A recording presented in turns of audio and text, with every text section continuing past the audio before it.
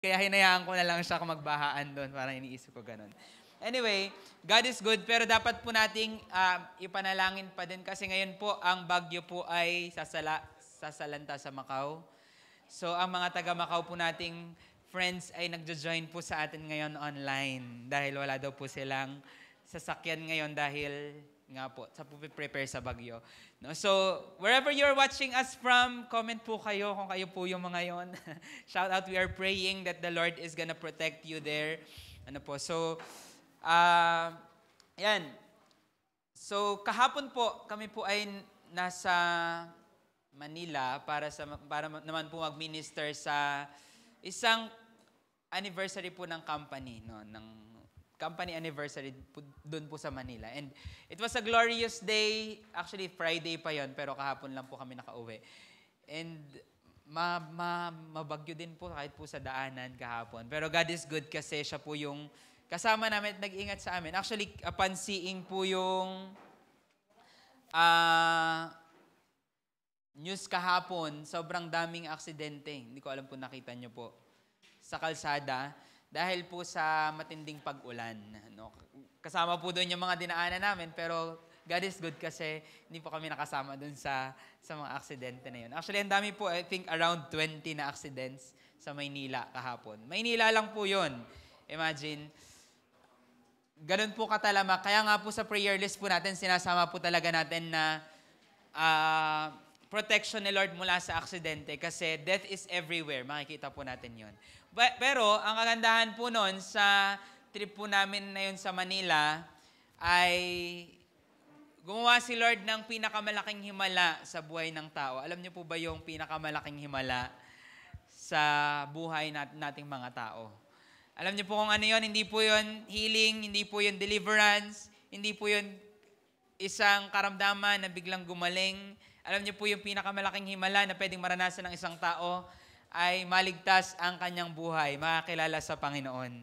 And dun po sa pag-minister po namin na yun sa Manila, I believe yung iba po mga employee po dun sa company nakakwentuhan namin na they decided during that time na isuko ang kanilang buhay sa Panginoon. Okay lang po ba palakpakan po natin si Lord for those souls? Alam niyo po, minsan, tayo po ay nasasanay na sa isang tao nagsuko ng buhay sa Panginoon. Pero alam niyo po, ang langit, hindi po sila ever nasasanay doon. Ang sabi po sa Bible, isang kaluluwa na tumalikod sa kanilang kasalanan at magsuko ng buhay sa Panginoon, laksa-laksang mga anghel ang nagse-celebrate. Di ba kung siguro tayo nasa langit, yan na naman, mag-worship na naman kayo dahil may inaligtas na tao. Parang hindi ba kayo nagsasawa na ganyan? Imagine, unli po yung celebration doon whenever ang isang tao ay nagsusuko ng buhay sa Panginoon. And sana po, hindi po tayo maging mga religious people na, ay alam ko na yan, syempre nag-evangelize kami, may nagsuko ng buhay. Ay alam ko na yan, nag-preach ako, so may nag-repent sa kasalanan. Ang nais po ni Lord, every time na meron pong magbibigay ng buhay sa Kanya, tayo po ay nagdiriwang. Ang tanong, masaya ka pa ba every time na may nagre-repent sa kanilang kasalanan? Masaya ka pa ba every time may nagsusuko ng buhay sa Panginoon? Amen. So, personally po, whenever we go sa missions, one thing that I desire and I love is kapag hindi lang po yun during ng ministry, na nagpipreach, nagmi-minister, nagpipray for people. One thing I love the most ay when people take time para makipag-usap sa amin at makipagkwentuhan. Kasi alam po natin, whenever tayo po yung nagkakwento ng stories natin, may pagpapala. Nararanasan niyo po ba yun? May mga kasama tayo ngayon dito, mga first time nating kasama. Some of them ay nakasama natin before, nakabalik po sila. We have here mula po sa Manila. And some of you din po, may mga first time po tayong kasama. Palakpakan po natin si Lord sa kanila. I believe they have stories to tell na pwede rin po natin sila makakwentuhan. Personally, yun po yung favorite part ko kasi nakakapag-sharing po tayo ng testimonies. They are asking things from us. So, favorite ko po yung part na yun ng fellowship. Naalala ko po, merong isang time sa Mindanao na kami po kasing mag-asawa, especially pag nasa ministry, ay Pag oras na ng tulugan. Siguro mga latest namin 10 or 11 when it comes dun sa fellowship. Pero meron pong ilan na mga moments na sila po ay namimilit na tara, spend po tayo ng time, meron lang po kami mga itatanong. We have this time na wala po talaga kaming tulugan nung nasa Mindanao dahil sabi nila gusto daw mag-spend ng time ng worship team to ask things from us. And that is the best time to pour out. Alam niyo po, bilang minister, favorite part ko yon when people ask. Kasi naniniwala po ako na sa pagtatanong po natin ay meron pong wisdom na nag-overflow sa buhay ng tinatanong po natin. And nabasa ko din po yon online. Meron pong isang minister na sabi niya, nakakwentuhan niya isang matandang minister. Sabi niya, tanong lang siya ng tanong. And you know what? When you ask questions, para siyang gripo na binubuksan mo at nagtutuloy-tuloy lang yung tubig. Alam niyo po, merong time sa buhay po ni Jesus, sa Luke verse 7, ganun po yung nangyari. Merong isang taong nag-invite kay Jesus, and meron isang taong kapansin-pansin sa paningin ng Panginoon at siya ay kinaluguran. Gusto po ba nating paluguran ng Panginoong Jesus? Amen. Open your Bible sa Luke 7, verse 36 to 50. Again, this is the time Jesus was invited sa ministry. And then, tingnan po natin if the Lord is pleased dun sa nag-invite or kung kanino mapiplease si Lord. Ang gandang scenario po nito. Luke 7, verse 36 to 50. Ang title po nito sa Bible ay si Jesus sa tahanan ni Simon na Pariseo. Verse 36, isa sa mga Pariseo ay humiling kay Jesus na kumaing kasalo niya. At pagpasok niya sa bahay ng Pariseo, siya ay naupo sa hapag. So, si Jesus po na dinudumog ng mga tao, ang dami pong speaking engagement, ang daming himalang naranasan, pinagaling, pinalaya, in-invite po siya ng isang Pariseo. Ngayon, tingin niyo po ba, madali pong i-invite si Jesus nung panahon po na yon? Sa sobrang daming schedule ni Jesus? Hindi. Para ang hirap pong magpa-schedule kay Jesus na ang dami sunod-sunod. Kung babasahin niyo po yung Bible, ay sobrang dami sunod-sunod po. Pinapagaling sa ganito, pinapa-deliverance ito, yung isa naman, pinapapunta doon para gumawa ng himala, buhayin yung patay. Kabi-kabila. Pero ang amazing po sa verse na ito, nung in-invite siya ng isang Pariseo, si Jesus po, pumayag po ba siya or hindi? Pumayag. Kamanghamanghang bagay po yun pag napapayag mo si Jesus sa kabila ng kanyang hectic schedule. Pero makikita po natin dito, meron siyang balak. May balak po si Jesus kung bakit siya pumayag sa Pariseo na ito. Tingnan niyo po yung mga susunod na mangyayari. Verse 37, nang malaman ng isang babaeng makasalanan, sabihin niyo nga po makasalanan, sa lungsod na siya'y nakaupo sa hapag sa bahay ng Pariseo, nagdala ito ng isang sisidlang alabastro na may pabango. So, dalawang tao po na yung nabanggit dito. Bukod kay Jesus, yung Pariseo at yung babaeng, paano sinarawan ng babae? Makasalanan. So, pag sinabi po ng Bible na babaeng makasalanan, siya po ay isang prostitute. No? So, siya po ay nagpapabayad para po sa paggawa ng kasalanan po na yon sa mga lalaki. So, ang kaibahan po ng dalawa, yung Pariseo, makasalanan po ba ang tingin ng mga tao sa Pariseo? Hindi. Siya po ay isang relihiyosong tao na ang tingin ng mga tao ay banal. Dahil ang suot po nila ay mahaba na, ang iba sa kanila nakaputi, malinis po yung suot nila. Sila po ay banal kung gumalaw. Ang kaibahan po ng babae, siya po ay tinaguriang makasalanan. Ano pa pong pagkakaiba nila? Yung Pariseo po, in-invite niya si Jesus. Yung makasalanang babae, sinundan niya si Jesus. Tingnan niyo pa po yung pagkakaiba. Sa verse 38, at tumayo siyang umiiyak sa likuran sa may paanan ni Jesus, pinasimulan niyang basain ang kanyang mga paa ng kanyang mga luha. Pinunasan ng mga ito ng kanyang buhok. Patuloy niyang hinagkan ng mga paa ni Jesus at binuhusan ang mga ito ng pabango. Bigyan ko po kayo ng konting context. Sa Israel po, kapag meron kang bisita, ikaw ba, pag meron kang bisita sa bahay, ano po ang iyong ginagawa?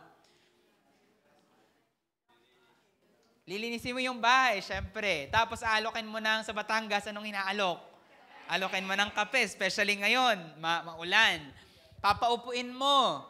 At o-offeran mo ng merienda or pagkain, sasabihin ng bisita, hindi, kakakain ko lang. Yan. Mga script na mga taga Batangas.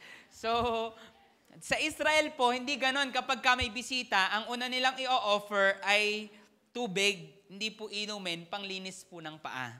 Kasi sila po'y naglalakad sa gabukan, sila po'y nakasandalyas. Pero sa pagkakataon po ba nito, may nag-offer po ba ng tubig sa paa ni Jesus? Wala. Nung time po na yon sa Israel, pag may darating kang bisita, hahagkan mo. Sa English ay kiss, pero I think ito ay parang hug na may kasamang beso. Nung pagkakataon na ito, may nabanggit bang sumalubong kay Jesus na ganon? Wala. Umupo lang siya pagkapasok niya ng bahay. Another thing, iniaalok po sa bisita, especially pag espesyal ang bisita, binubuhusan po nila ng pabango sa ulo para ma-refreshen. Kumbaga, komportable kasi malinis na yung paa, binungusan ng pabango, hindi niya kailangan maligo, kundi fresh siya dahil dun sa pabango na yun. May ganun po bang gumawa kay Jesus? Wala. Pagpasok niya sa bahay ng Pariseo, diretsong umupo siya sa hapag. Nang walang nag-hug sa kanya, walang nag-offer ng tubig para sa kanyang paa, walang nagbuhos sa kanyang ulo ng langis. Pero meron pong isang babae na nakapansin na susundan ko si Jesus at dahil pumasok na siya sa bahay, nung time po kasi na yon, pag ang isang kilalang tao ay nasa bahay ng kung sino man, usually binubuksan po yung bahay para kung sino-sino ay pwedeng pumasok.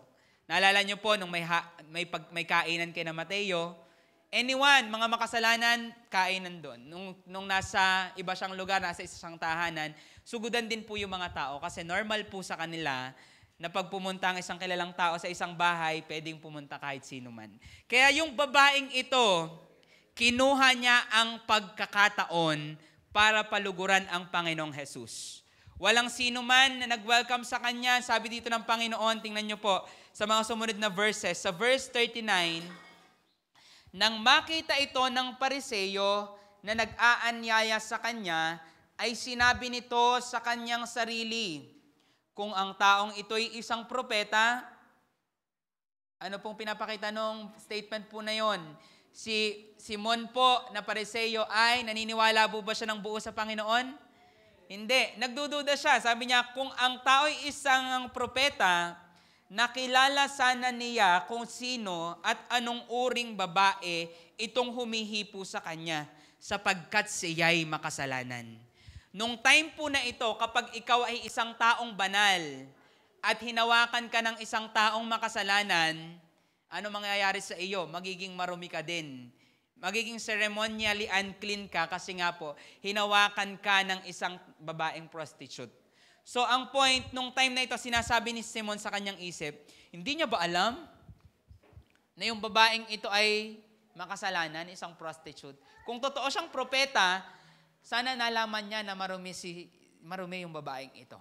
So, ano pa ang kaibahan ni Simon at saka po nung babae? Si Simon po, ang tingin niya sa sarili niya ay banal. Yung babae, alam niya na siya'y makasalanan. Si Simon, siya po ay self-righteous. Yung babae po, siya po ay admitting na siya po ay makasalanan. And she has a repentant heart. And sa mga sumunod po na pangyayari, si Jesus, tingin niyo po, alam niyang iniisip ni Simon o hindi? Alam niya o hindi? Sure po kayo? Amen. So, sa mga sumunod dito, sabi po dito, at pagsagot ni Jesus ay sinabi niya sa kanya, Simon, pumarinig ka. Meron akong sasabihin sa iyo. Yan. Patanggay niya pala si Jesus. At sinabi ni Simon, Guro, sabihin mo. Na-excite si Simon kasi, tinawag na ako. Finally, kahit hindi ako yung naglinis ng paa niya, kahit hindi ako nagbuhos ng pabango, kahit hindi ako umiiyak sa harapan niya, ako yung napansin niya. Nararamdaman niyo po ba yung galak at excitement na mayroon si Simon, na finally sa pag-i-invite ko sa bahay niya, napansin din ako ni Jesus. Pero tingnan po natin kung masaya ba yung mangyayari. Sa verse 41, may 2 taong nanghiram sa isang taong nagpapautang. Ang isa'y umutang ng 500 denaryo at ang isa'y 50. Nang sila'y walang maibayad, pareho niyang pinatawad sila. Ngayon, alin sa kanila ang higit na nagmamahal sa kanya? Sumagot si Simon, sa palagay ko ay iyong pinatawad niya ng mas malaki. At sinabi niya sa kanya, tama ang hatol mo. Sabi ni Simon, uy, naka-plus points ako. Tinanong ako ni Jesus, tama ang aking sagot, plus points na ako sa heaven. Siyempre, natuwa dito si Simon. Pero tingnan niyo po ang magiging plot twist ng pag-uusap nila. Verse 44, at pagharap niya sa babae ay sinabi niya kay Simon. Ito na, mag-sermon pala ito. Akala ko pupurihin ako ng Panginoon. Sabi ni Jesus, nakikita mo ba ang babaeng ito? Pumasok ako sa iyong bahay. Hindi mo ako binigyan ng tubig para sa aking mga paa. Tingnan niyo po ang sinasabi ni Jesus. Kasi normal na custom nun, kaugalian, bibigyan mo dapat ng tubig, panghugas ng paa. Subalit binasa niya ang aking mga paa ng kanyang mga luha at pinunasan ang mga ito ng kanyang buhok. Verse 45, hindi mo ako hinalikan, subalit buhat nang ako'y pumasok ay hindi pa siya huminto sa paghalik sa aking mga paa. Verse 46, hindi mo binungusan ng langis ang aking ulo, subalit binuhusan niya ng pabango ang aking mga paa. Kaya't sinasabi ko sa inyo, ang marami niyang kasalanan ay pinatawad niya sapagkat siya ay nagmahal ng malaki. Subalit ang pinatatawad ng kaunti ay nagmamahal ng kakaunti. At sinabi niya sa babae, pinatawad na ang iyong mga kasalanan. Tanong ko po sa inyo, kanino po nalugod ang Panginoon? Kay Simon o doon sa babae? Sa babae. Dahil po sa kanyang mga ginawa at dahil po sa puso na mayroon siya. Sa oras po na ito, pag-usapan po natin, a heart that pleases the Lord. Sino po dito gusto mong magkaroon ng puso na kalugod-lugod sa Panginoon? Amen. If you want that heart, buksan mo ang iyong tenga, ituon mo ang iyong atensyon. I know malamig, masarap pong matulog. Some of you, ang dami mo ng tulog kahapon, inaantok ka pa din ngayon. Huwag kang papayag na hindi mo marinig ang mensahe na ito. Dahil naniniwala ako, pag nagkaroon tayo ng puso na kalugod-lugod sa Panginoon, yung buhay po natin, dadaluyan tayo ng pagpapala ng biyaya ng Panginoon at ng kanyang mercy all the days of our life. No? Ikaw yung makikinabang dyan. Ngayon, bakit po ba nagkaroon ng pusong kalugod-lugod ang babaeng ito? Nakalugod-lugod sa Panginoon. Alam niyo po kung bakit? Kasi meron po siyang repentant heart. Sabihin niyo nga po, repentant heart. Puso na nagsisisi. Ang kaibahan po, tulad po ng sinabi ko sa inyo kanina, ano po ang kaibahan ng puso nung Pariseyo at puso po nung babae? Yung puso po ng Pariseyo, siya po ay self-righteous. Yung puso po ng babae, siya po ay repentant.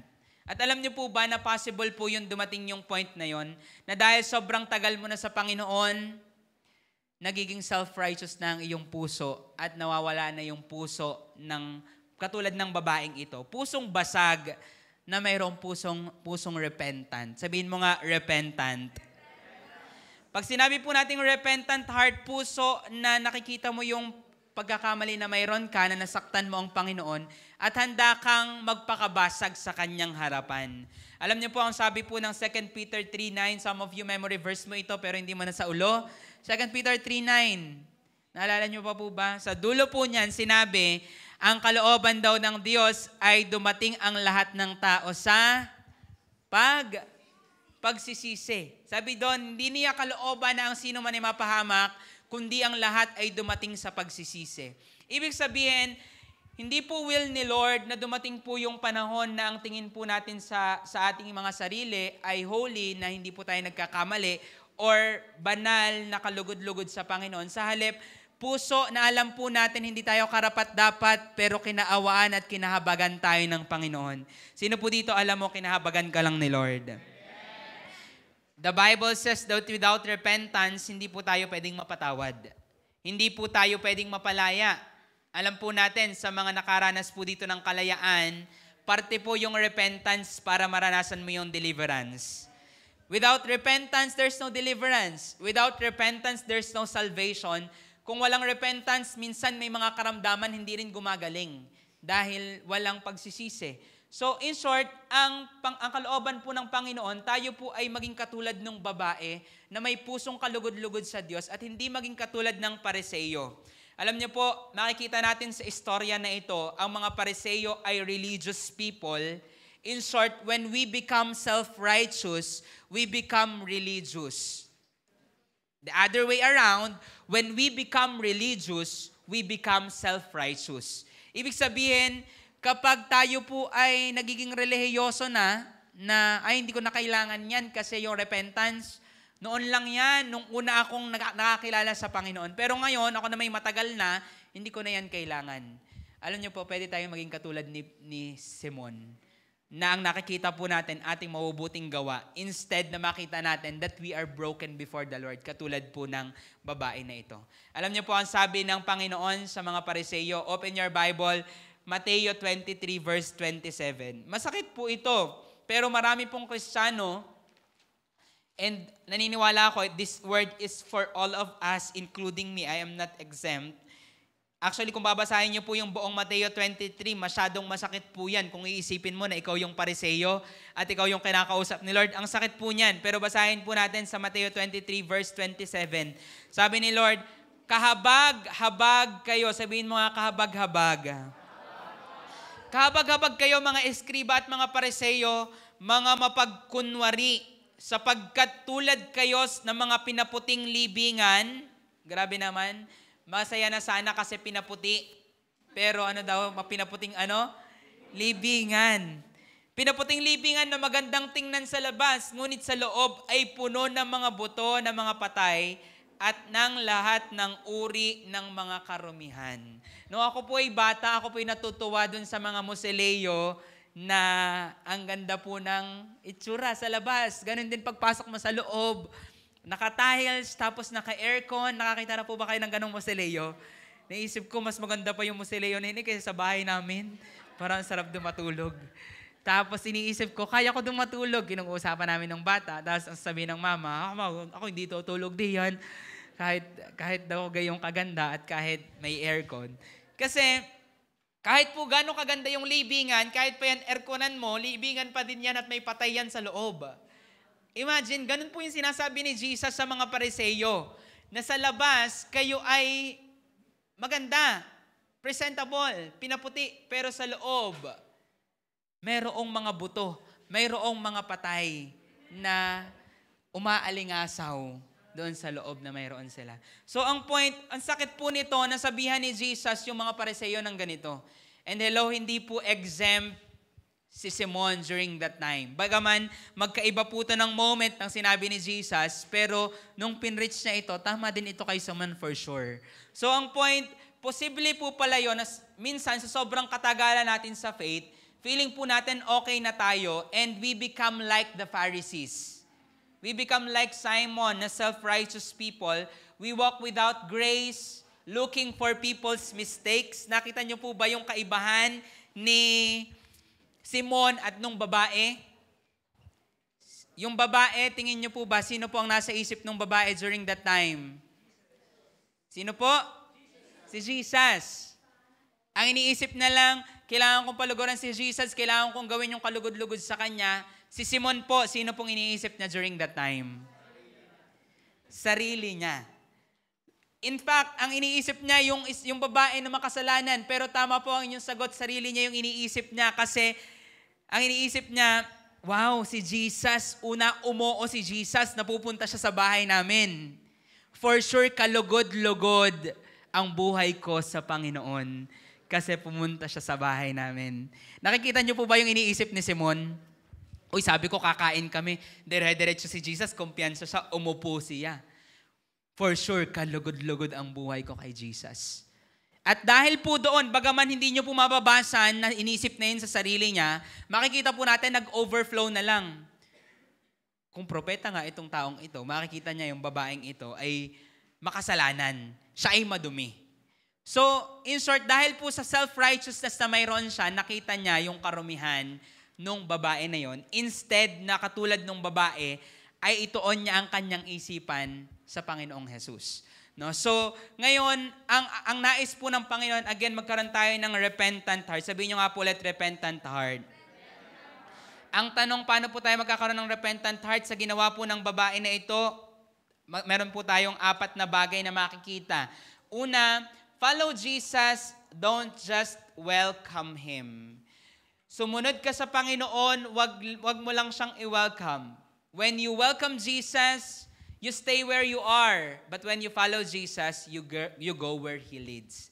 Ang kaibahan po ng Pariseyo at ng babae, yung Pariseyo, in-invite niya si Jesus, winelcome niya si Jesus. Pero yung babae, ano pong ginawa ng babae? Limot nyo na po. Ano pong ginawa ng babae? Yung Pariseyo, winelcome niya si Jesus. Yung babae, ano pong ginawa niya kay Jesus? Bago po niya buhusan ng pabango, sinundan niya muna si Jesus. So if you want to have a repentant heart, it is important na i-follow po natin, sundan natin si Jesus instead na i-welcome lang siya. You know what, in this church, we also pray, Lord, we welcome your presence in our midst. Wina-welcome kita sa araw ko. And that is a good prayer. Pero alam niyo po, makikita po natin dito, mas kalugod-lugod pala sa Panginoon na sumunod tayo sa Kanya instead na tayo po ay i-welcome lang natin siya. Some of us, ginagawa po nating kasama lang si Jesus sa araw natin, pero ayaw nating sumama sa nais gawin ng Panginoon. Alam niyo po, meron akong isang kwento na narinig na meron daw isang tao na sobrang gusto niyang paluguran si Jesus. Ang prayer niya everyday ay hindi, Lord, samahan mo ako sa araw na ito, samahan mo ako, Panginoon, sa lahat ng gagawin ko. Sino po dito nagpe-pray ka nun lagi na samahan ka ni Lord? Amen. Magandang prayer po yan. We ask for the presence of God. Pero alam niyo po yung prayer ng tao na yon, ang prayer niya, Lord, saan tayo today? Lord, anong gusto mong ipagawa sa akin today? Saan mo ako gustong dalhin ngayong araw na ito? Kasi ang goal po niya ay hindi i-welcome lang si Jesus, kundi sumunod sa Panginoon.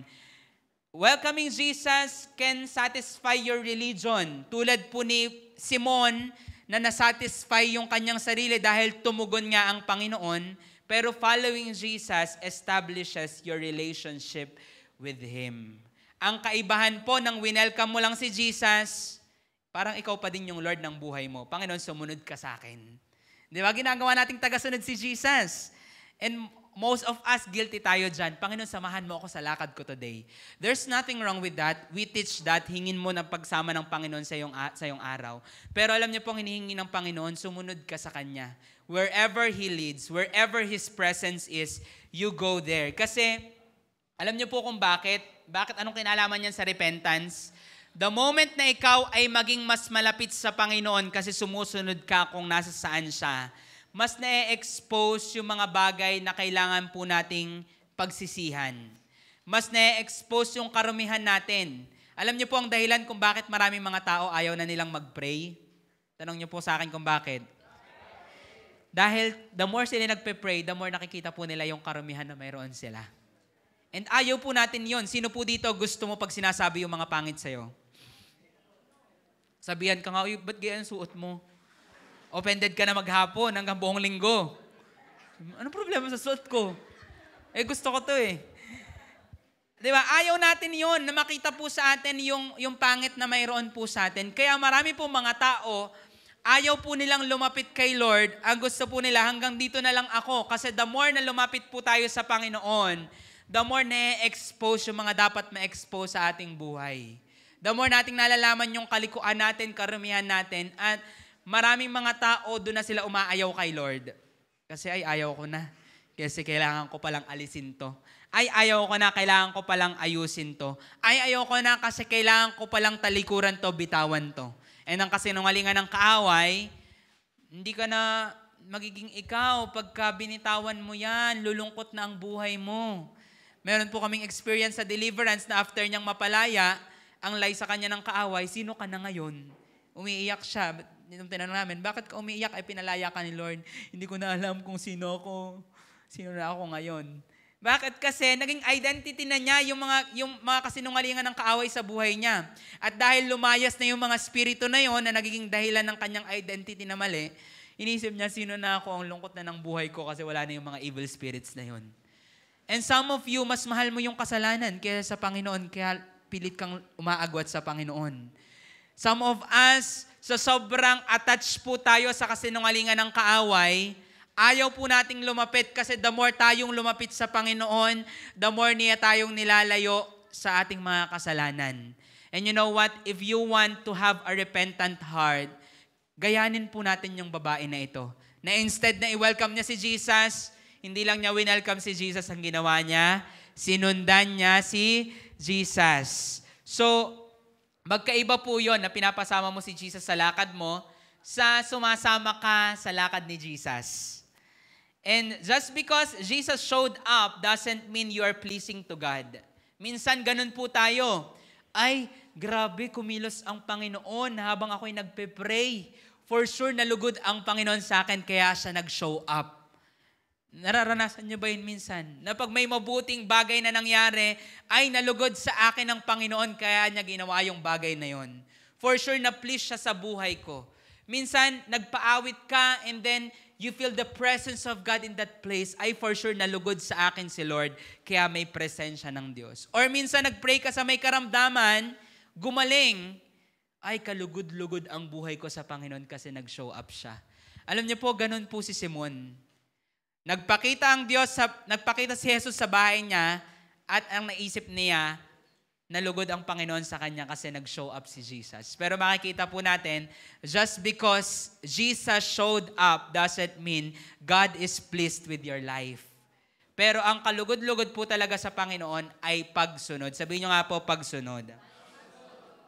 Kasi pwede pong mag-show up si Jesus, pero hindi pa rin siya nalugod sa iyong buhay kasi may mga bagay na hindi ka pa sinusunod sa sinasabi niya.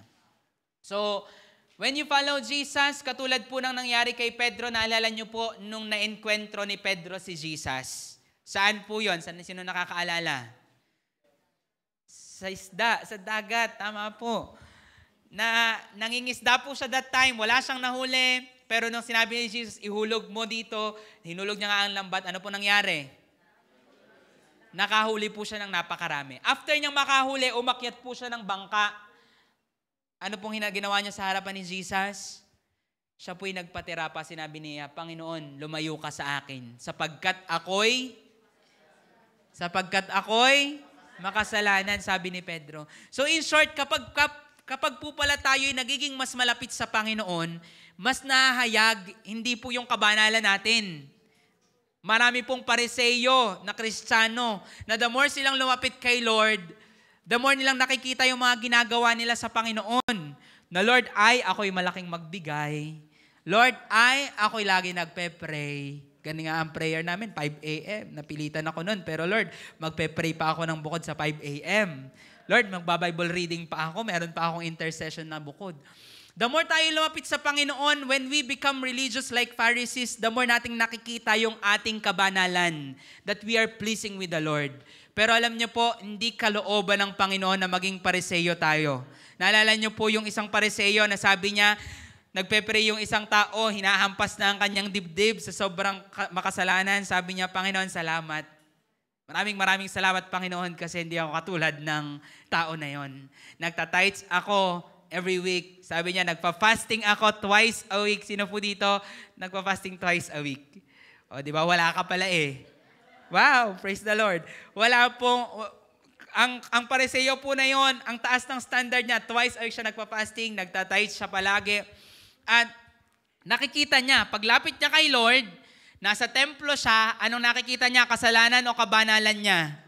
Kabanalan niya. Ang kaibahan ng taong kalugod-lugod sa Panginoon na may repentant heart, hindi kabanalan niya ang nakikita niya paglapit kay Lord, kundi yung pagkawasak niya at pagkabasag niya. And during that time, he pleased the Lord because she saw, nakita niya yung pangangailangan niya sa Panginoon instead na yung mga nagawa niya para sa Panginoon. And again, hindi kalooban po ni Lord na whenever we come to Him, we see our holiness, but we must see our brokenness. Naalala niyo po si Isaías, nung siya po'y nakarating sa heaven, nagwo-worship yung mga angels doon. Ano po ang sabi niya? Woe to me, sabi niya, kahabag-habag ako. Woe to me, for I am a man of unclean lips. Pagharap niya kay Lord, hindi niya nakita na siya isang propeta. Hindi niya nakita na siya isang banal na taong kalugod-lugod kay Lord. Pagharap niya, nakita niya karumihan ng kanyang bibig. So in short, pag hindi pa po tayo dumarating sa point na yon, na paglapit mo kay Lord, ay pagkawasak mo yung nakikita mo sa halip na yung kabanalan mo, kailangan mo pa ng revelation ni Jesus. Kailangan mo pang mas lumapit kay Lord kasi if you see the mistakes of others, katulad po ng pagkakita ng Pariseo, that's a sign you must draw closer to Him. Kasi baka hindi po na-reveal sa iyo yung totoong kabanalan ng Panginoon. Kasi makikita po natin sa storya nito, pag ikaw ay nakita mo ang kabanalan ng Panginoon, mas nakikita mo yung kakulangan mo sa Kanya. And mas nakikita mo yung biyaya. Again, this is not para ikaw ay mag-self-pity, na paglapit mo kay Lord, grabe Lord, sobrang makasalanan ako, ganyan. Magkaiba po yung condemnation sa conviction. Yung condemnation, didikdikin ka sa mga kasalanang nagawa mo. Yung conviction naman, ililid ka nito para mas magpakumbaba pa sa Panginoon. So, that is the reason. That is the reason bakit kailangan po nating maging sensitive palagi sa Panginoon. Saan ka nais dalhin ng Panginoon ngayong araw? Ano ang nais ng Panginoon na gawin mo ngayong araw? Saan ka niya nais patunguhin? Kasi, again, ang nais po ng Panginoon, hindi lang natin siya i-welcome, kundi tayo ay sumunod sa Kanya. Sabihin niyo nga po, follow Him. This is also the same reason bakit some of us, we go to conferences para maranasan yung presensya ng Panginoon instead na magstay lang sa church or sa ating secret place. Some of you, possible, naiisip mo, ay, si Jesus naman, nasa kwarto ko din naman siya. Katulad ng Pariseo, nasa bahay ko na siya. Hindi ko na siya kailangan sundan. Pero makikita po natin, naalala ko nun, may meeting po kami last Sunday and nag-share po yung isang leader na kailangan pala yon minsan na pumunta ka din sa mga ganong gawain para makareceive ka. Kasi pag mamataas yon na parang isip mo, nasa prayer room ka naman si Jesus. Hindi ko kailangan sumama sa mga conference na yan. Ay, revival event, hindi ko kailangan niyang puntahan. Kasi si Jesus ay nasa secret place ko. May enkwentro ako kay Jesus na akin lang. Hindi ko kailangan niyang lay hands na yan. Hindi ko kailangan mag-receive kasi meron akong akin na relasyon sa Panginoon. Thank you, Lord, kasi ganyan ka. Good for you. Sabihin sa kanila mo, good for you. Pero ang totoo po, we go wherever He leads, we go wherever His presence is. Tulad po ng babae na ito na for sure sinundan niya si Jesus wherever Jesus goes. Ang kaibahan ng Pariseo, nag-antay lang siya sa kinaroroonan niya. At inantay niyang pumunta doon si Jesus. Again, that's also the reason bakit minsan nagpe-pray ka na, Lord, your presence, let your presence be in this place, in my secret place. Pero the Lord is saying to you, go there in the streets. Mag-preach ka. Kaya habang nagpe-pray ka, ba't ganun, Lord, hindi ko maranasan ang presensya mo? Kasi may sinasabi pala siya na nandoon yung presensya niya, so you go there. Again, makikita po natin yung babae, sinundan niya kung nasaan ang presensya ng Panginoon. Minsan, ang presensya ng Panginoon ay hindi mo maipipilit pigain sa secret place, kundi nasa family outing pala siya. Kasi sa family outing pala, gusto ni Lord mag-minister ka doon. Kaya nandoon ang presensya niya. Minsan hindi mo mapipigay yung presensya ni Lord sa secret place kasi nasa jail pala siya. Kasi gusto niyang abutin mo yung mga nasa jail. Minsan, wala sa secret place, pilit ka magkukulong sa kwarto, Lord, nandito, gusto ko maranasan ang presensya mo. Pero gusto pala iparanas ni Lord ang presensya niya doon sa banggerahan, sa lababo, habang naguhugas ka ng plato. Kasi tambak na pala yung hugasin, tambak na ang labahin. Sabi mo, Lord, gusto kita makatagpo sa secret place dito sa kwarto ko. Sabi ni Lord, hindi, nasa kusina ako, anak. Nandun ako ngayon, hugas ka ng plato. kakatagpuin kita habang ikaw naghuhugas ng plato. Sino po dito, alam mo, kaya kang katagpuin ni Lord kahit naghuhugas ng plato? Amen, nararanasan ko po yan. Habang naghuhugas ng plato, nagsispeak po talaga si Lord. Hindi ko po alam kung ako lang yun, pero kahit nasa CR ka, naglilinis ka ng CR, nagwawalis ka, pwede po talagang mangusap si Lord. And there are times ginagawa nating religious ang presensya ng Panginoon na katulad ng Pariseo, Lord, i-welcome kita dito sa bahay ko. Pero makikita po natin, ang kalugod-lugod sa Panginoon, hindi lang pag-welcome sa Kanya, kundi pagsunod sa Kanya. Na pag ang presensya niya, wala pala sa kwarto mo ngayon, nasa sala pala kasi maglilinis ka. Ang presensya niya, tulad ng sabi ko sa inyo, nasa gala ng iyong pamilya kasi gusto kanyang mag-minister doon at doon sasama ang presensya niya ngayon. And when we become religious, kinakahon natin ang Panginoon na Panginoon hanggang dito ka lang. Kaya hindi ko kailangan sumama sa mga yan. Kailangan ko lang dito lang ako, magkukulong lang ako. Pero again, yung kalugod-lugod sa Panginoon, katulad po ng babae na ito, kung bakit siya nagkaroon ng repentant heart, kasi He go where He leads. Sabihin mo nga, follow Him. Mahirap po ito. Madali po bang sumunod sa Panginoon? Mahirap. Mahirap. Kaya nga po yung babae, umiiyak po siya. Pinapakita po noon, kaiyak-iyak po talaga sumunod sa Panginoon kasi may mga bagay siyang tatanggalin sa buhay natin. So, following Jesus requires death. Sabi po ng Panginoon sa Luke 14:28, tingnan niyo po, if you desire na sumunod sa Panginoon, if you desire to have a repentant heart, ito po yung sinasabi ni Lord. Lucas 14, verse 28. Sapagkat sino sa inyo ang nagnanais ng magtayo ng isang tore, ang hindi muna uupo at aalamin ang magugugol kung mayroon siyang sapat upang matapos ito. Sabi ni Jesus, kung ikaw magtatayo ka ng bahay, kukwenta ka muna. Sabi sa kanila, magkwenta ka. Magkakwenta ka kung kaya mo ba yung magagastos. Kasi kung hindi, ang sabi dito, doon sa mga sumunod na verses, pagtatawanan ka ng mga tao kasi hindi mo naman pala kayang ipatapos yung sinisimulan. You know what? Ganun daw po ang pagsunod sa Panginoon, na ikaw susunod ka kay Lord pero hindi mo kayang bayaran yung mga gastos ng pagsunod mo sa Panginoon. You did not count the cost. Sabi mo nga, count the cost. Ibig sabihin, sa pagsunod po natin kay Lord, may mga alisin po talaga siya. At alam niyo po yung magandang balita po doon, yung good news, ikaw din ang makikinabang sa mga bagay na aalisin ng Diyos. Maraming tao ayaw nito, ay aalisin ang kasalanan, ay aalisin ang mga bisyo, ay aalisin yung mga bagay nito, palalayain ako ni Lord. Akala mo lulungkot ang buhay mo, pero ang totoo, giginhawa kasi palalayain ka ng Diyos. Naalala niyo po yung isang babae sa Acts 16, isang babaeng ilang araw nang sumusunod kina Pablo. Siya po ay nagsasabi, ito ay mga, pakinggan nyo sila, mga anak sila ng kataas-taasang Diyos, ganyan, mga ngaral sila, pakinggan nyo sila. And then, humarap po si Pablo, sinaway niya after a few days. And sabi niya, lumayas ka sa kanya sa pangalan ni Jesus. Napalaya po ba yung babae o hindi? Napalaya. May mga tao po nagsasabi, paano siya mapapalaya? Di ba hindi nga siya nananampalataya sa Panginoon? Hindi ka sure. Sabi sa Bible, ilang araw na daw po siyang sumusunod kina Pablo. Tingin niyo po ba naka-enkwentro yung babae na yon sa ilang araw na yon o hindi? Naka-enkwentro, yun nga lang, naalala niyo po, nagkaroon tayo ng retreat, ang revelation ng Panginoon, meron dong ilan pumunta para mag-observe, para tingnan lang kung anong mangyayari. Pero anong nangyari? Inengkwentro ng Panginoon. Isa po doon, si Pastor Alvin. Sabi niya, pumunta siya para mag-discern. Kaya yung mga picture niya, makikita niyo po, lahat nakaganto. Halos lahat po talaga nakaganyan. Kasi sabi niya, magde-discern ako, kaya ako pupunta doon.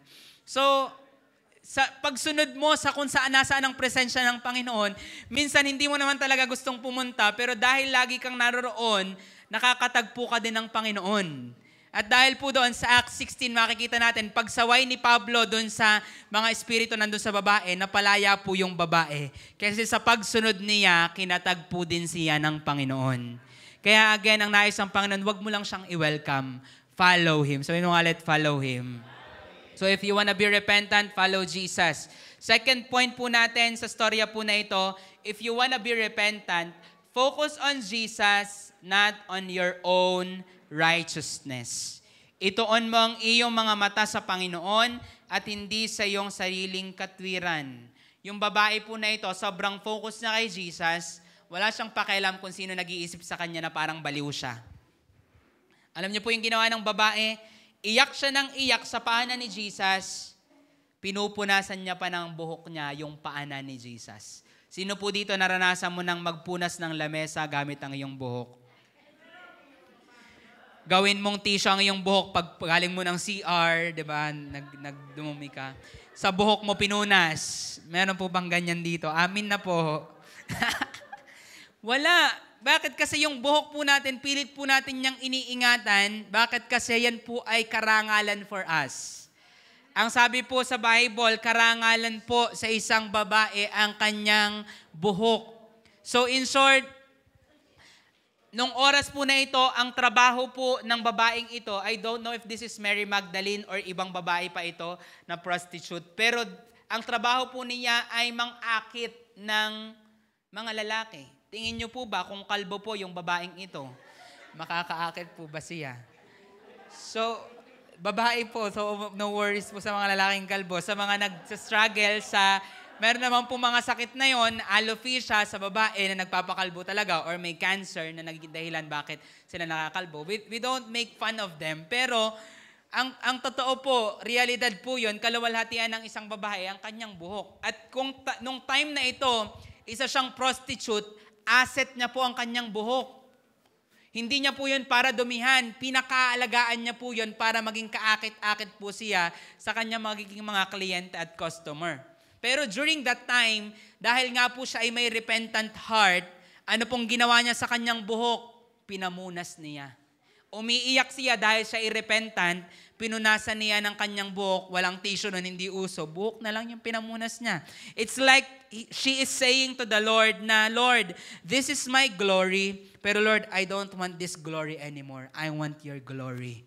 Lord, hindi na kaluwalhatian ko, gusto na kitang paluguran at kaluwalhatian mo na ang gusto ko. Walang halaga lahat ng kaluwalhatian na mayroon ako. Yung babae, hindi po siya focus sa kanyang sarili. Kanino po siya focused? Kay Jesus. So sobrang hindi siya focus sa kanyang sarili, binuhos na niya ang lahat sa Panginoon. Kasama yung kaluwalhatian niya. Ganun po siya nagpakumbaba kay Lord. Kaibahan kay Simon, saan po siya nakatingin? Sa kanyang sarili. Sa kanyang kabanalan. Possible, tither din siya. Possible, nagpa-fasting din siya, prayerful din siya. Again, walang masama sa mga bagay na yon. We encourage that you tithes. Magbigay ka ng higit pa sa iyong tithes. Personally, we do that. Nag-fasting ka, do that. Dagdagan mo pa, kung once a month ka na nagpa-fasting, do it every week, twice a month, do it twice a week if you can.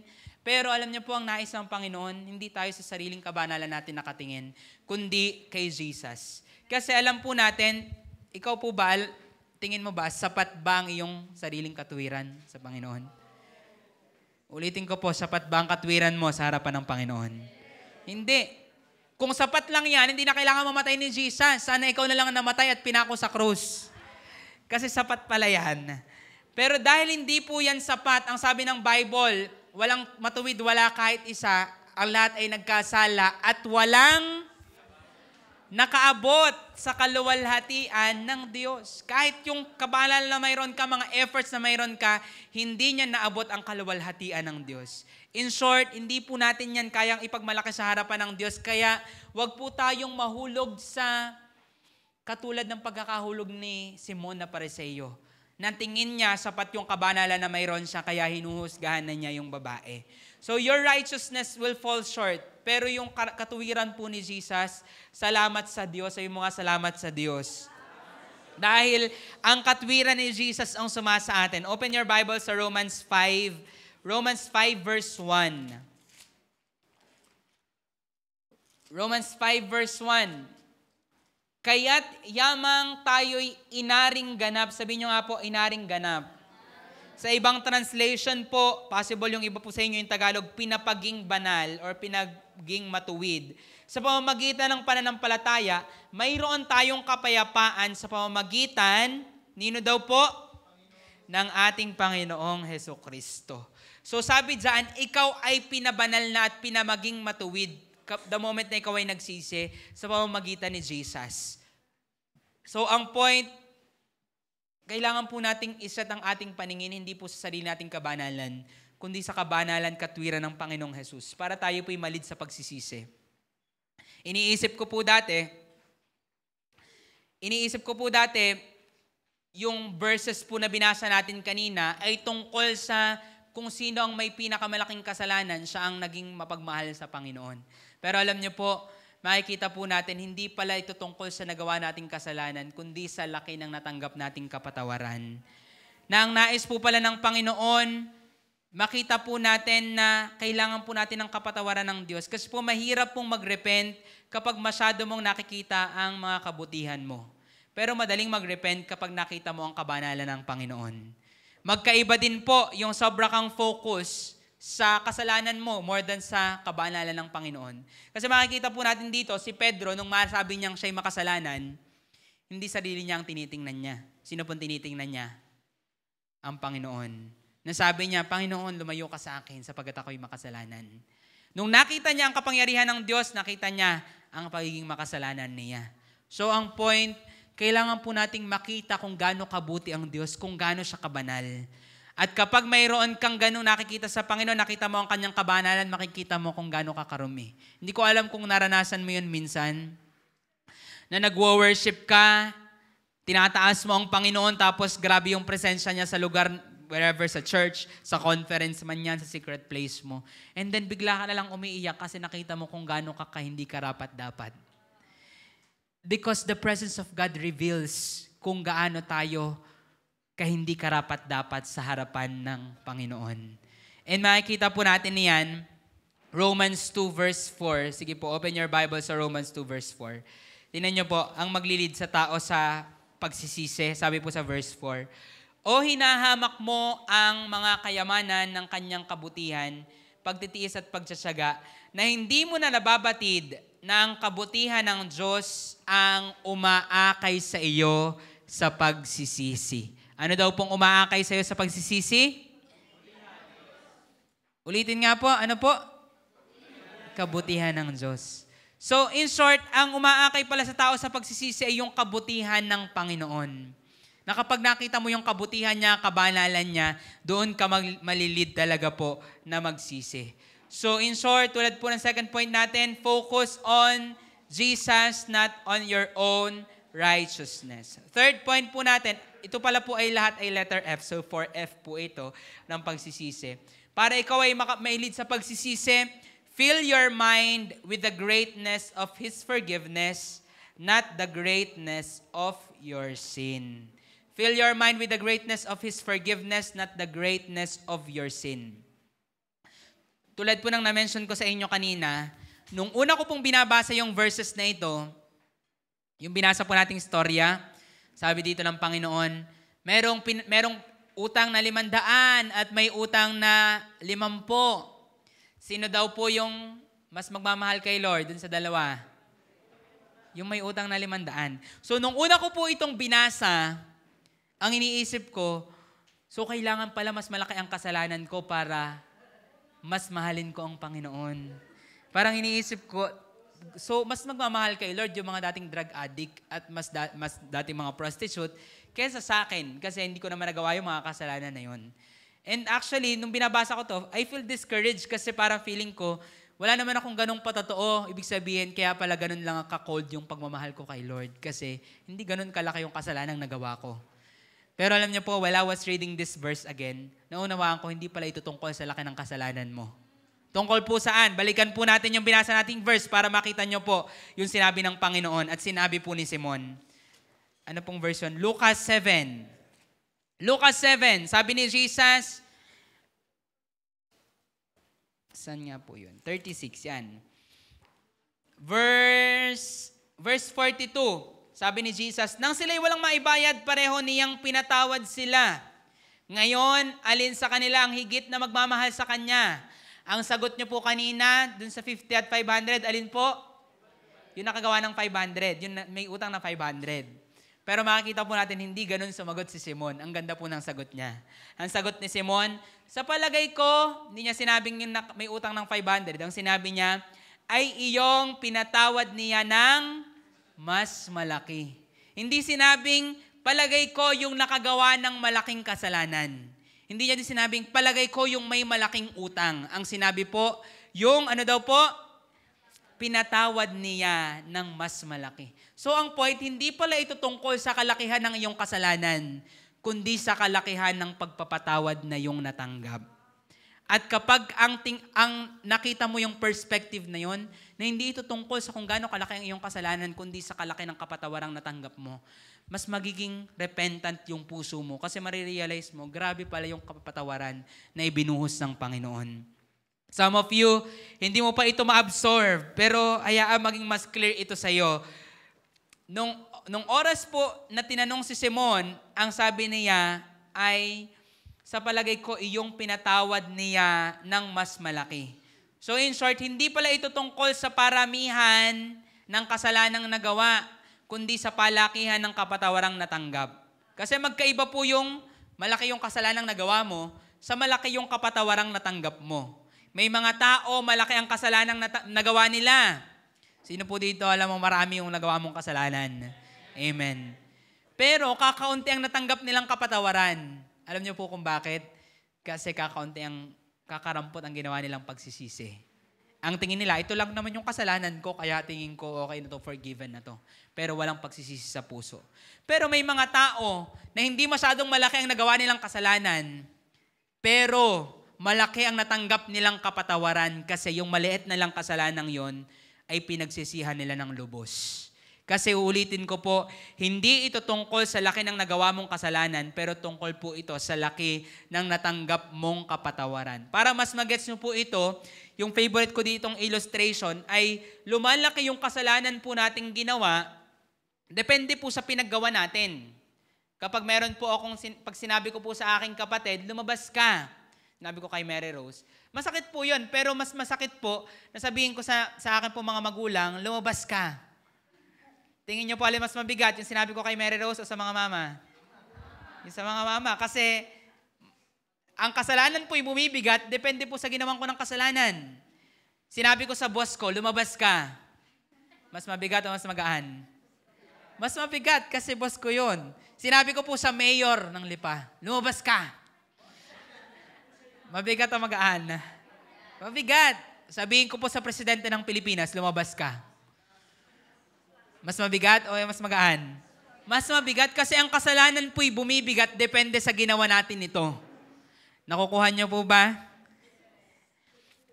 So in short, ang maliit na kasalanan kapag sa Panginoon mo ginawa, mabigat o magaan? Mabigat. Sabihin mo lang kay Lord, lumabas ka. Kahit di ka nagnakaw, hindi ka nagmura, hindi ka nakapatay, hindi ka nagdroga, hindi ka ng babae. Sabihin mo kay Lord yun, mabigat na kasalanan yun kasi sa Panginoon mo yun sinabi. Ano pong pinupunto ko dito? Some of you, hindi ka nag-addict.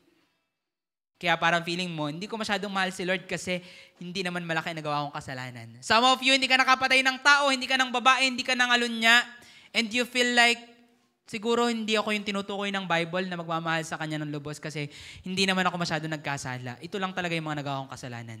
Alam niyo po ang tawag dyan, self-righteousness. Kasi ang tingin mo sa kasalanan, maliit na kasalanan. Pinapangaral po natin, maliit at malaking kasalanan sa harapan ng Panginoon ay kasalanan.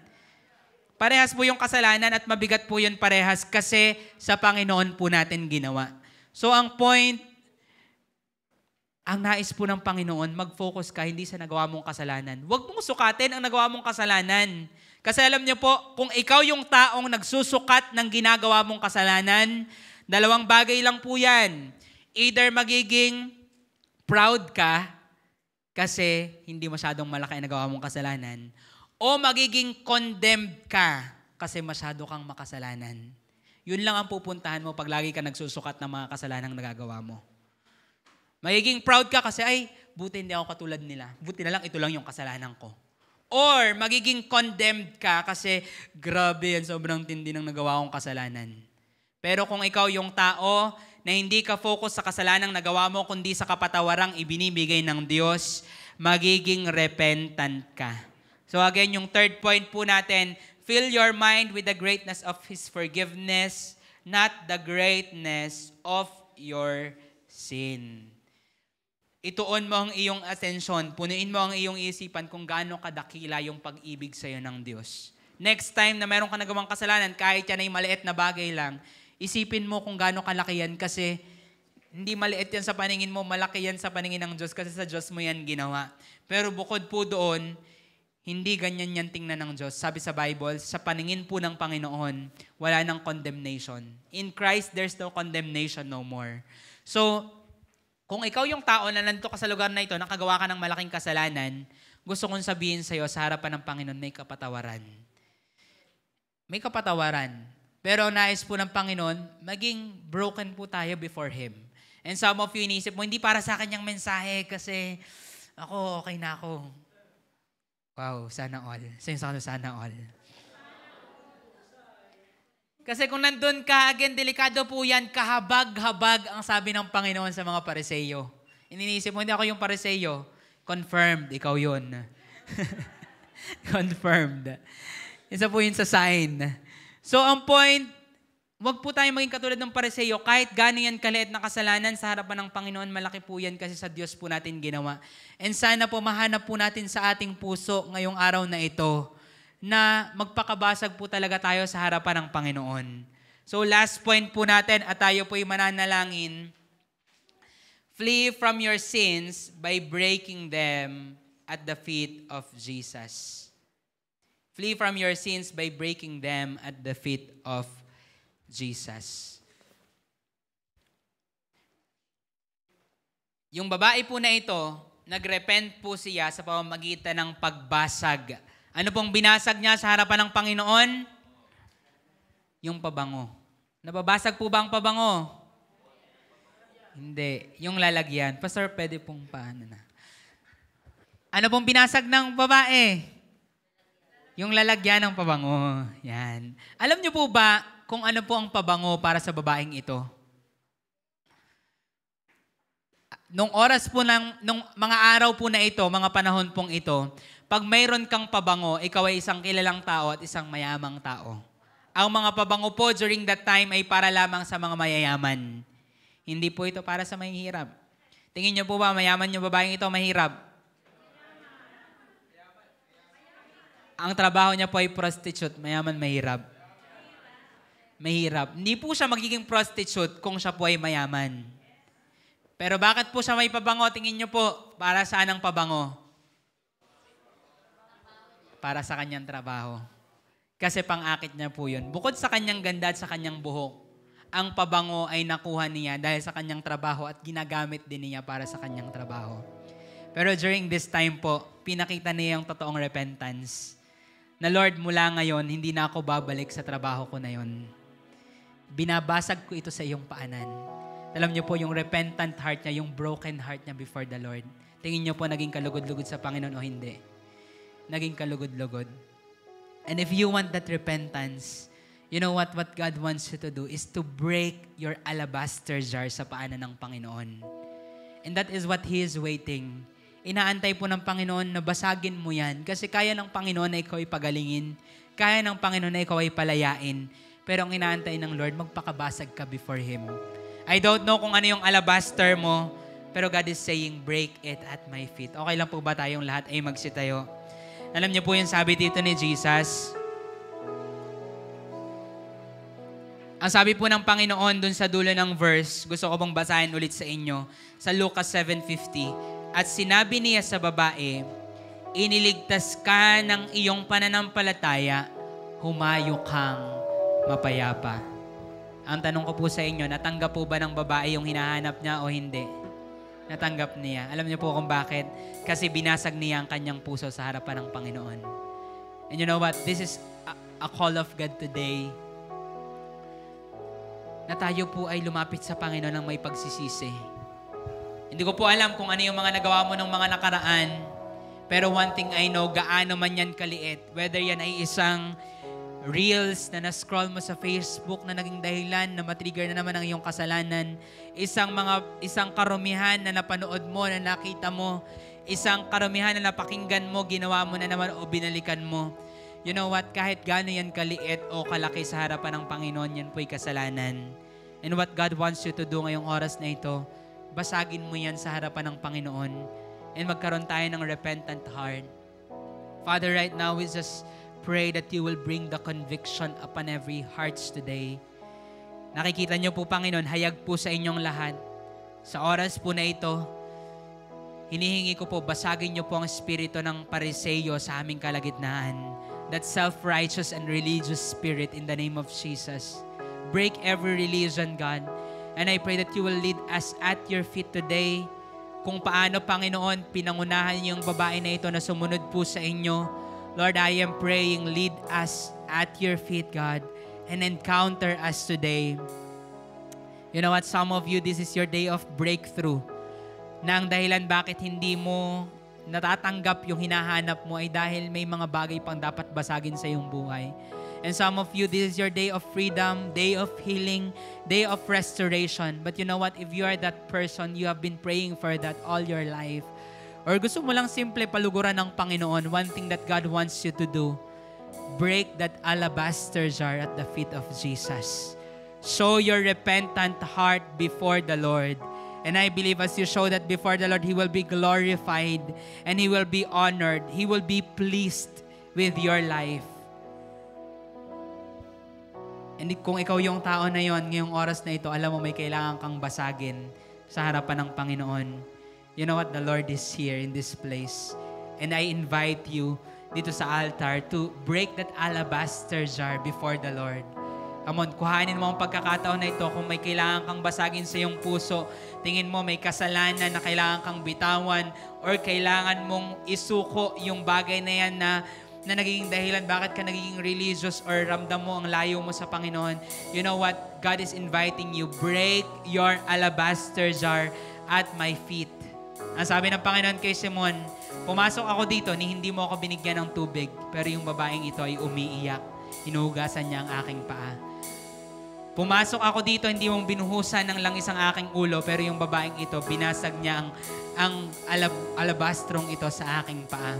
You know what? God is inviting you today. If you are that person, you know that there's something that needs to be broken.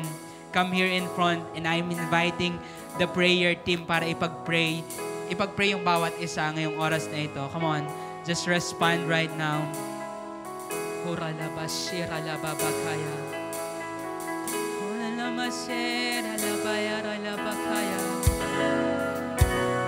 Think about the Lord, how He saved me, Come on, the presence of God is in this place. Just pour it out before the Lord. Come on, every one of you in front. Ibuhos mo sa paanan ng Panginoon yung langis na yan, yung brokenness na yan. On solid ground. When I think, come on, patuloy mong damdamin ang kabutihan, ang kagandahan, ang kabaitan ng Panginoon na nasa unahan ngayong oras na ito.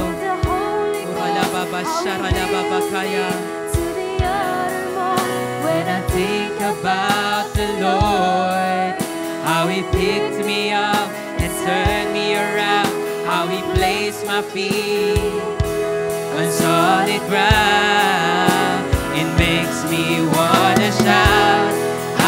Come on, pour it out before the Lord. The Lord is pleased with that oil. There's something breaking in your heart that God is pleased. Come on, surrender that sin before the Lord. Surrender that alabaster jar before the Lord. God's forgiveness is upon your life right now. I want to say in the presence of God, God is pouring out His presence right now. Lord, your word.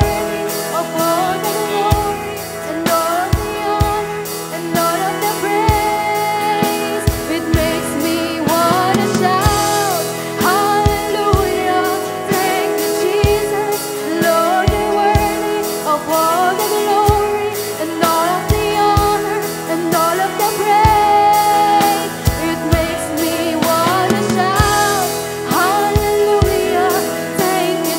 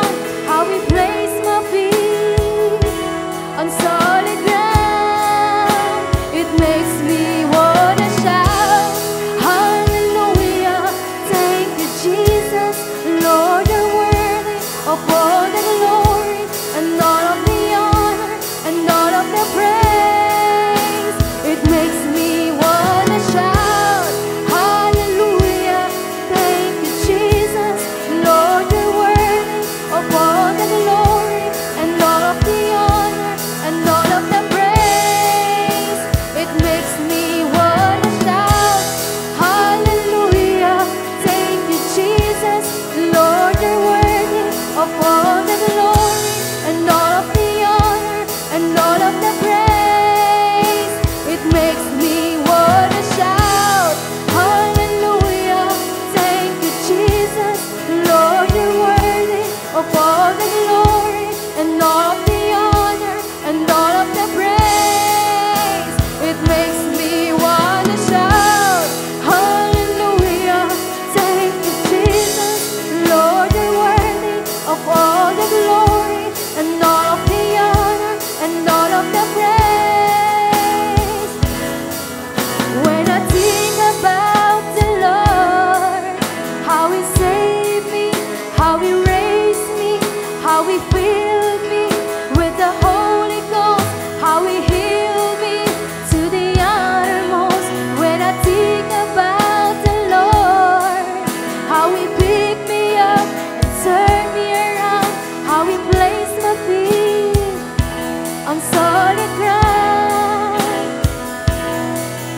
When I think about the Lord, how He saved me, how He raised me, how He filled me with the Holy Ghost, how He healed me to the uttermost. When I think about the Lord, how He picked me up and turned me around, how He placed my feet on solid ground. When I think about the Lord, how He saved me, how He raised me, how He filled me with the Holy Ghost, how He healed me to the uttermost.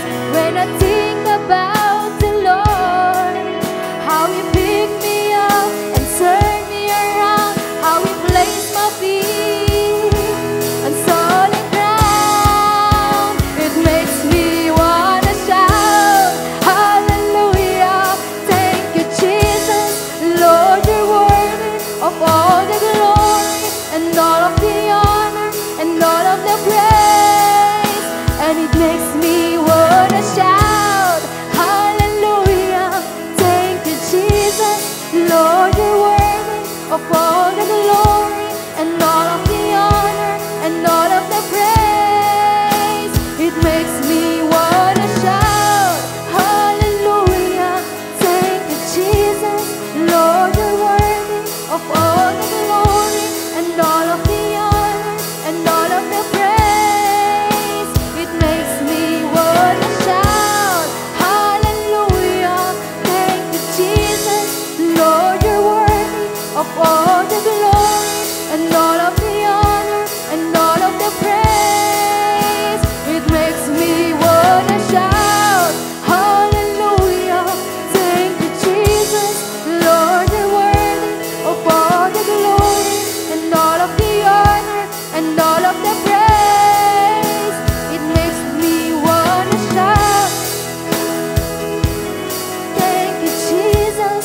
Lord, you're worthy of all the glory and all of the honor and all of the praise. It makes me wanna shout, hallelujah. Thank you, Jesus. Lord, you're worthy of all the glory and all of the honor and all of the praise. It makes me wanna shout, hallelujah. Thank you, Jesus. Lord, you're worthy of all the honor, all of the praise. It makes me wanna shout, hallelujah. Thank you, Jesus. Lord, you're worthy of all the glory, of all the honor, and all of the praise. When I think about the Lord, how He saved me, how He raised me, how He filled me with the Holy Ghost, how He healed me to the uttermost. When I think about the Lord, how He picked me up and turned me around, how He placed my feet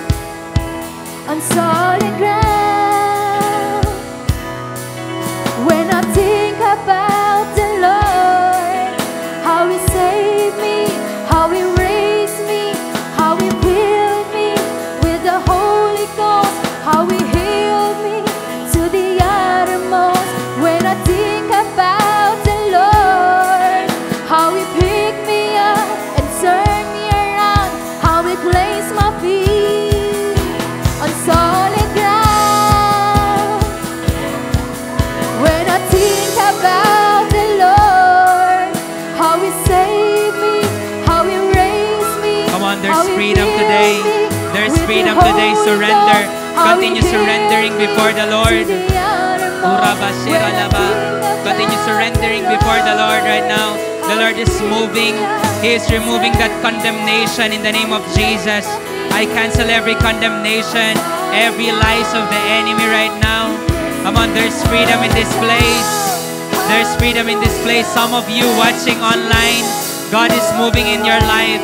Continue surrendering. There's freedom in Jesus' name. God, every unclean spirit, let it break. Let it break right now. Every addiction go. Every lust shall go in the name of Jesus Christ. Every lies of the enemy shall be silenced. Every lying spirit shall be silenced in the mighty name of Jesus. In Jesus' mighty name.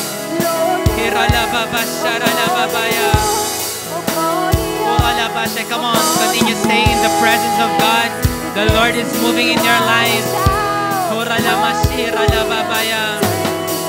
Yes, Lord, you are worthy. You are in this place, God. It is your goodness, God, that leads us to repentance. It is your presence that forgives us, that cleanses us, God. There's cleansing in your presence, Lord. Come on, there's freedom in this place. Continue worshiping. If I invite you, everyone, just worship the Lord right now. Thank you, Jesus. Lord, you're worthy of all the glory and all the honor and all the praise. Makes me wanna shout, hallelujah. Thank you, Jesus. Lord, you're worthy of all the glory and all the honor and all the praise. It makes me wanna shout, hallelujah. Thank you, Jesus. Lord, you're worthy of all the glory and all the honor and all the praise. It makes me wanna shout, hallelujah. Thank you, Jesus. Lord, you're worthy of all the glory and all the honor and all the praise. It makes me wanna shout, hallelujah. Thank you, Jesus. Lord, you're worthy of all the glory and all the honor and all the praise. It makes me wanna shout, hallelujah. Thank you, Jesus. Lord, you're worthy of all the glory and all the honor and all the praise. Thank you, Jesus. Oh, we thank you for your kindness. We thank you for your goodness. Hallelujah.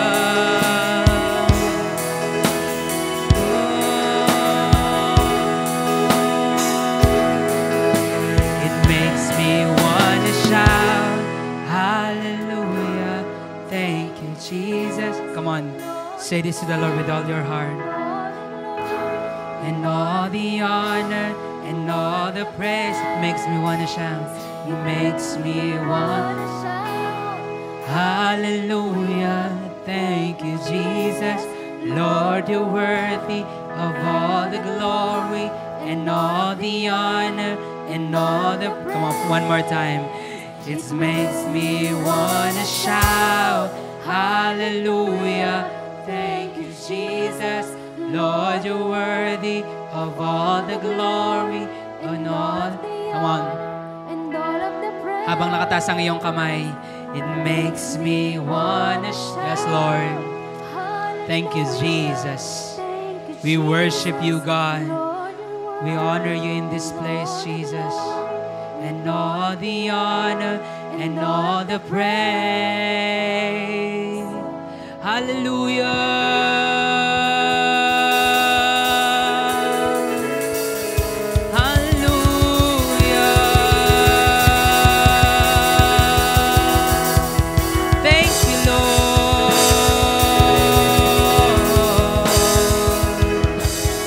We are here right right now, we want to honor your kindness, your goodness. Lord, your word says, it is your kindness that leads us to repentance. And God, we thank you for the grace today na kami po'y pinangunahan ninyo sa inyong paanan para hugasan ang inyong mga paan ng aming mga luha at ibuhos ang aming karangalan sa inyong paanan. Lord, tulad ng babae, Panginoon, inyong kinalugdan sa oras po na ito, aming ipinupunas ang aming mga karangalan tulad ng